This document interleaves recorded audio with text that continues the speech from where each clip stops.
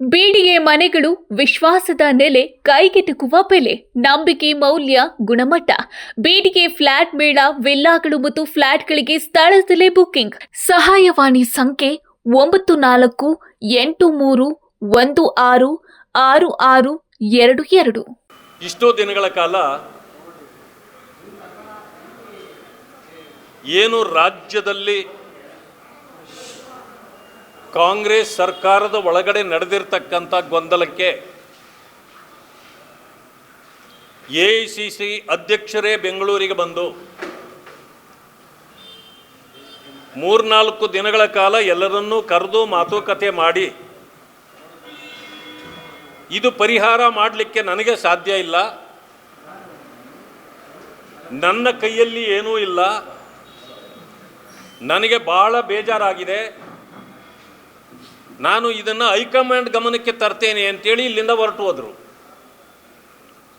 ಆವತ್ತಿನಿಂದ ಎಐಸಿಸಿನೇ ಅಧ್ಯಕ್ಷರೇ ಹೈಕಮಾಂಡ್ ಇರುವಾಗ ಇವ್ರು ಯಾಕೆ ಈ ರೀತಿಯ ಮಾತಾಡಿ ಹೋದರು ಅಂತೇಳಿ ಇಡೀ ರಾಜ್ಯದ ಜನರಿಗೆ ಒಂದು ರೀತಿಯ ಕನ್ಫ್ಯೂಷನ್ ಆಗಿಬಿಟ್ಟಿತ್ತು. ಈಗ ಆ ಕನ್ಫ್ಯೂಷನ್ ಏನು ಅನ್ನೋದು ಕ್ಲಿಯರ್ ಆಗೋಯ್ತು. ಯಾರು ಹೈಕಮಾಂಡು ಅಂತಂದರೆ ಮಾನ್ಯ ವೇಣುಗೋಪಾಲ್ ಅವರು, ಎಐಸಿಸಿ ಜನರಲ್ ಸೆಕ್ರೆಟರಿ ವೇಣುಗೋಪಾಲ್ ಅವರು ಎಐಸಿಸಿ ಅಧ್ಯಕ್ಷರಿಗಿಂತ ದೊಡ್ಡವರು ಹೈಕಮಾಂಡು ಅಂತ ಈಗ ಅರ್ಥವಾಯಿತು. ಯಾಕೆ ಅಂತಂದರೆ ಸಿದ್ದರಾಮಯ್ಯ ಅವರು ಹೋಗಿ ಇವತ್ತು ಅವ್ರನ್ನೇ ಭೇಟಿ ಮಾಡಿದ್ದಾರೆ, ಡಿ.ಕೆ. ಶಿವಕುಮಾರ್ ಅವರನ್ನೇ ಭೇಟಿ ಮಾಡಿದ್ದಾರೆ. ಅಂದಮೇಲೆ ಎಐಸಿಸಿ ಅಧ್ಯಕ್ಷರಾಗಿರ್ತಕ್ಕಂಥ ಮಲ್ಲಿಕಾರ್ಜುನ್ ಖರ್ಗೆ ಅವರಿಗೂ ಕೂಡ ವೇಣುಗೋಪಾಲ್ ಅವರು ಇವತ್ತು ಹೈಕಮಾಂಡು ಅನ್ನೋದು ಜನರಿಗೆ ಅರ್ಥ ಆಯಿತು. ಅಂದರೆ ಕಾಂಗ್ರೆಸ್ಸಿನ ಪರಿಸ್ಥಿತಿ ಎಲ್ಲಿಗೆ ಬಂದಿದೆ ಅಂತ ಗೊತ್ತಾಯ್ತಾ ಇಲ್ಲ. ಈಗ ಯಾವುದೋ ಒಬ್ಬ ವ್ಯಕ್ತಿಯ ಕೈಯಲ್ಲಿ ಇವತ್ತು ಹೈಕಮಾಂಡ್ ಅನ್ನೋದಿದೆ ಪವರ್. ಯಾಕೆ ಈ ದೇಶವನ್ನು ನಡೆಸಬೇಕಾಗಿರ್ತಕ್ಕಂಥ ಕಾಂಗ್ರೆಸ್ ಕೈಯಲ್ಲಿ ಇವತ್ತು ಬಂಡವಾಳ ಇಲ್ಲ. ಆ ಕಾರಣಕ್ಕೆ ಬಂಡವಾಳ ಇರ್ತಕ್ಕಂಥ ಒಂದೇ ಒಂದು ರಾಜ್ಯ ಅವರ ಕೈಯಲ್ಲಿರೋದು ಅದು ಕರ್ನಾಟಕ. ಈಗ ವೇಣುಗೋಪಾಲ್ ಅವರಲ್ಲಿ ಕುಳಿತು 2-3 ಗುಂಪುಗಳಿವೆಯಲ್ಲ ಅದನ್ನು ಕರೀತಾ ಇದ್ದಾರೆ. ಯಾವ ಗುಂಪು ಎಷ್ಟು ಬಾಳಿಕೆ ಬರುತ್ತೆ ಮೊದಲೇ ಮಾಡಿ ಮೊದಲು ಏನೋ ATM ಮಾಡ್ಕೊಂಡಿದ್ರಲ್ಲ, ಅವ್ರು ATM ಲೀಡರ್ ಬೇರೆ ಇದ್ದರು, ಆ ಜನರಲ್ ಸೆಕ್ರೆಟರಿ ಬೇರೆ. ಈಗ ಹೈಕಮಾಂಡ್ ಜನರಲ್ ಸೆಕ್ರೆಟರಿ ಇವರು ಈಗ ಆಯಿತು, ನೀವು ಬಂದಿದ್ದೀರಲ್ಲ ಎಷ್ಟಕ್ಕೆ ನೀವು ಬಾಳ್ತೀರಿ, ಮತ್ತು ನೀವು ಬಂದಿದ್ದೀರಲ್ಲ ನೀವು ಎಷ್ಟಕ್ಕೆ ಬಾಳ್ತೀರಿ ಎಂದು ಇಬ್ಬರನ್ನು ತೂಕ ಮಾಡೋ ಸ್ಥಿತಿಗೆ ಬಂದಿದೆ.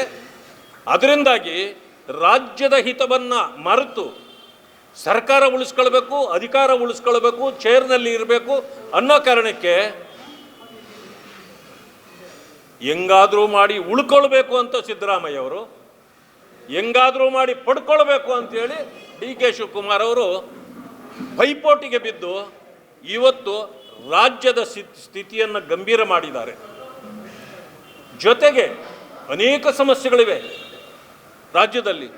ರೈತರ ಸಮಸ್ಯೆ ಕೇಳುವವರಿಲ್ಲ, ದಲಿತರ ಬಗ್ಗೆ ಚಿಂತೆ ಇಲ್ಲ. ದಲಿತರನ್ನಂತೂ ಅವರಿಗೆ 3 ಕಾಸು ಸಿಗದಂತೆ ಈ ಸರ್ಕಾರ ಬಂದ ದಿವಸದಿಂದ ಭಾಷಣ ಮಾಡ್ತಾರೆ ಹೊರತು ದಲಿತರ ಯೋಗಕ್ಷೇಮವನ್ನು ವಿಚಾರಿಸಿದವರು ಒಬ್ಬರೂ ಇಲ್ಲ. ಹೋಗಲಿ, ದಲಿತ ಲೀಡರ್ಗಳೇ ಇದ್ದಾರೆ ಪಕ್ಷದಲ್ಲಿ, ಅವರು ಕೂಡ ಮಾತಾಡಲ್ಲ. ಯಾಕೆಂತಂದರೆ ಅವ್ರಿಗೆ ಕಾಂಗ್ರೆಸ್ ಉಳಿಯೋದು ಮುಖ್ಯವೇ ಹೊರತು ಅವರ ಸಮುದಾಯ ಉಳಿಯುವಂಥದ್ದು ಮುಖ್ಯ ಅಲ್ಲ. ಇಂಥ ಪರಿಸ್ಥಿತಿಯಲ್ಲಿದ್ದಾರೆ. ಈಗ ಇನ್ನೇನು 8ನೇ ತಾರೀಕಿಂದ ಬೆಳಗಾವಿಯಲ್ಲಿ ಸದನ ಪ್ರಾರಂಭ ಆಗುವಂಥದ್ದಿದೆ. ನಾವು ಉತ್ತರ ಕರ್ನಾಟಕದ ಭಾಗದ ಸಮಸ್ಯೆಗಳ ಬಗ್ಗೆ ಚರ್ಚೆ ಮಾಡಬೇಕು ಅಂತೇಳಿ ವರ್ಷಕ್ಕೆ 1 ಸಾರಿ ಚಳಿಗಾಲದ ಅಧಿವೇಶನವನ್ನು ಅಲ್ಲಿ ಮಾಡ್ತೇವೆ. ಆದರೆ ಈಗಾಗಲೇ 31 ಬಿಲ್ಗಳು ರೆಡಿ ಇವೆ ಅಂತೇಳಿ ಮೊದಲು ಬಂತು. ಈಗ ಇವತ್ತು ಬೇರೆ ಹೇಳಿದ್ದಾರೆ 21 ಬಿಲ್ಗಳು ಬೇರೆ ರೆಡಿಯಾಗಿದೆ ಅಂತ. ಅಂದರೆ ಇದು ಬಿಲ್ ಪಾಸ್ ಅಧಿವೇಶನ ಮಾತ್ರನಾ? ನಡೆಯೋದೇ 9-10 ದಿವಸಗಳು. ಇದರಲ್ಲಿ ಕರ್ನಾಟಕದ ಈ ಉತ್ತರ ಕರ್ನಾಟಕವನ್ನು ನಿರ್ಲಕ್ಷ್ಯ ಮಾಡಬಾರ್ದು. ಇವತ್ತು ನೋಡಿ ನೀವು, ಅವರೇನು ಕಾಗೆ ಅವರು, ರಾಜು ಕಾಗೆ ಅವರು ನಮಗೆ ಸಪರೇಟ್ ಸ್ಟೇಟ್ಗೆ ನಾವು ಒತ್ತಾಯ ಮಾಡ್ತೀವಿ ಅಂತಂದ್ರು. ಯಾಕಂದ್ರು ನಿಮ್ಮದೇ ಪಾರ್ಟಿಯವರು ಅಂದರೆ ನೀವು ತಾರತಮ್ಯ ಮಾಡ್ತಾ ಇದ್ದೀರಿ ಅಂತ ನಿಮ್ಮ ಮೇಲೆ ಈಗಾಗಲೇ ಅವರು ಆಪಾದನೆ ಮಾಡಿದ್ದಾರೆ. ಈ ಆಪಾದನೆಗೆ ನೀವು ಉತ್ತರ ಕೊಡಬೇಕು. ನೀವು ತಾರತಮ್ಯ ಮಾಡಿದರೆ ಈ ರೀತಿಯ ಕೂಗು ಹೆಚ್ಚಾಗತ್ತೆ. ಅದರಲ್ಲೂ ಕಾಂಗ್ರೆಸ್ಸು ರಾಜ್ಯ ಒಡೆಯೋದ್ರಲ್ಲಿ, ದೇಶ ಒಡೆಯೋದ್ರಲ್ಲಿ ನಿಪುಣರು. ಇದೇ ರೀತಿ ಉತ್ತರ ಪ್ರದೇಶವನ್ನು ಒಡೆದ್ರು, ಛತ್ತೀಸ್ಗಢವನ್ನು ಒಡೆದ್ರು, ಈ ಕಡೆ ಆಂಧ್ರ ಒಡೆದ್ರು. ಈಗ ಕರ್ನಾಟಕವನ್ನು ಒಡೆಯಲಿಕ್ಕೆ ಏನಾದರೂ ಪ್ರಯತ್ನ ಮಾಡ್ತಿದ್ದ ಕಾಂಗ್ರೆಸ್ಸು ಅಂತಕ್ಕಂಥ ಪ್ರಶ್ನೆ ಮೂಡ್ತದೆ. ಆದ್ದರಿಂದ ಈ ಬಿಲ್ಗಳನ್ನು ಪಾಸ್ ಮಾಡಲಿಕ್ಕೆ ನೀವೊಂದು ವಿಶೇಷ ಇದನ್ನು ಕರೀರಿ, ಇಲ್ಲಿ ಅಧಿವೇಶನವನ್ನು ಕರೀರಿ, ನಮ್ಮದೇನು ಪ್ರಶ್ನೆ ಇಲ್ಲ. ನೀವು ಎಷ್ಟು ಬೇಕಾದರೂ ಅಭಿವೃದ್ಧಿ ಪರವಾಗಿ ನೀವು ಬಿಲ್ಗಳನ್ನು ತಂದರೆ ನಾವು ಸಹಕರಿಸಲಿಕ್ಕೆ ಸಿದ್ಧರಿದ್ದೇವೆ. ಆದರೆ ಬೆಂಗಳೂರಿಗೆ ಸಂಬಂಧಪಟ್ಟಿರ್ತಕ್ಕಂಥ ಬಿಲ್ಗಳನ್ನು ತಗೊಂಡೋಗಿ ನೀವು ಬೆಳಗಾವಿಯಲ್ಲಿ ಕುತ್ಕೊಂಡು ಮಾಡ್ತಕ್ಕಂಥದ್ದು ಇದು ಸರಿಯಾದ ಕ್ರಮ ಅಲ್ಲ. ಇದರಿಂದ ತಾರತಮ್ಯ ಮಾಡ್ತೀರಿ ಅಂತಲೇ ಅವರಿಗೆ ಅರ್ಥ ಆಗುತ್ತೆ. ಆಗ ಈ ರೀತಿಯ ಕ್ಲಾಶು ಯಾವಾಗಲೂ ಆಗ್ತಾ ಇರ್ತದೆ. ಅದಕ್ಕೆ ಅವಕಾಶ ಕೊಡಬಾರ್ದು. ಮಾನ್ಯ ಎಚ್ ಕೆ ಪಾಟೀಲ್ರು, ನಾನು ಏನೋ ಅಂದ್ಕೊಂಡಿದ್ದೆ, ಅವರು ಅದೇ ಭಾಗದ ನಾಯಕರಾಗಿರಿ ಉತ್ತರ ಕರ್ನಾಟಕದ ಸಮಸ್ಯೆಗಳ ಬಗ್ಗೆ ಚರ್ಚೆ ಮಾಡೋಣ ಅಂತಂದರೆ ಕಾನೂನು ಮಂತ್ರಿಗಳಾಗಿ ಅವರೇ ಉತ್ತರ ಕರ್ನಾಟಕಕ್ಕೆ ಅನ್ಯಾಯ ಆಗೋದನ್ನು ಮಾಡ್ತಾ ಇದ್ದಾರೆ, ತಾರತಮ್ಯಗಳನ್ನು ಮಾಡ್ತಿದ್ದಾರೆ. ಯಾಕೆ ಅವರ ಮನಸ್ಸಿನಲ್ಲಿ ಈ ರೀತಿ ಬಂದಿದೆ?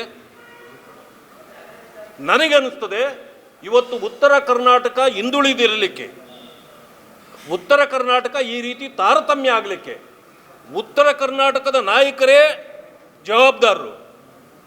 ಅದನ್ನು ಅವರು ಯೋಚನೆ ಮಾಡಬೇಕು. ಇವತ್ತು ಕಲ್ಯಾಣ ಕರ್ನಾಟಕದ ಭಾಗ ಯಾವ ಇಬ್ಬರು ಮುಖ್ಯಮಂತ್ರಿಗಳಾದರೂ ಅಲ್ಲಿ, ಆದರೂ ಕೂಡ ಯಾಕೆ ಹಿಂದುಳಿದಿದೆ? ಕಿತ್ತೂರು ಕರ್ನಾಟಕವೂ ಕೂಡ ಯಾಕೆ ಇವತ್ತು ಆ ಪರಿಸ್ಥಿತಿಯಲ್ಲಿದೆ? ಯಾವತ್ತಾದರೂ ಯೋಚನೆ ಮಾಡಿದಾರ ಅಲ್ಲಿನ ಜನರು ಅಥವಾ ಮುಖಂಡರುಗಳು?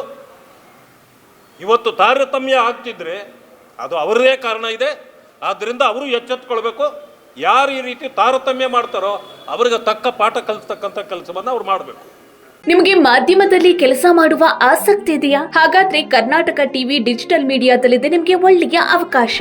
ಆಯ್ಕೆಯಾದವರಿಗೆ ಉಚಿತ ತರಬೇತಿ ಕೊಡ್ತೀವಿ. ತರಬೇತಿ ನಂತರ ಕೆಲಸ ಮಾಡುವ ಅವಕಾಶನೂ ಕೊಡ್ತೀವಿ. ಈ ಕೂಡಲೇ ನಿಮ್ಮ ಮಾಹಿತಿಯನ್ನ ಮೇಲ್ ಮಾಡಿ.